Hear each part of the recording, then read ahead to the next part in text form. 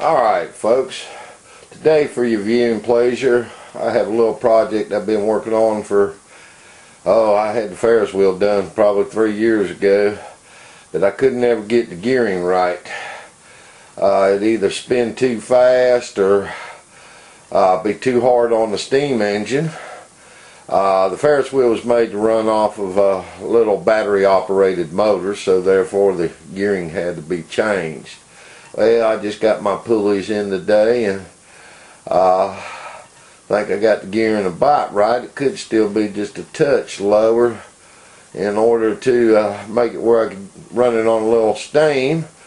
We're running my 55 Jensen. It's running on about 75 volts instead of 115, because if I run it any more than that, it heats the water too much and causes the safety valve to keep blowing off. But even the engine's running at a pretty nice slow speed, the way I like it.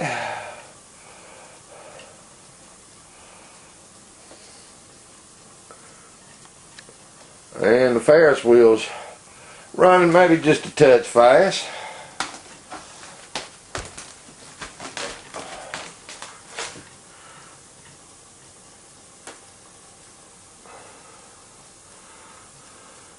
Be geared just a touch lower.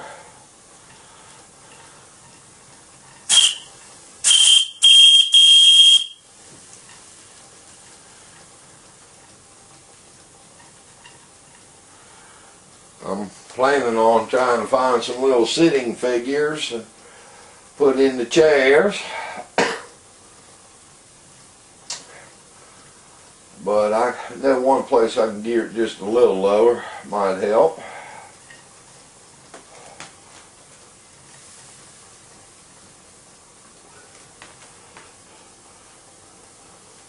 The 55 is a double cylinder. It's kind of hard taking off. You got to give it so much steam to get going. That works pretty good. Try to stop it again.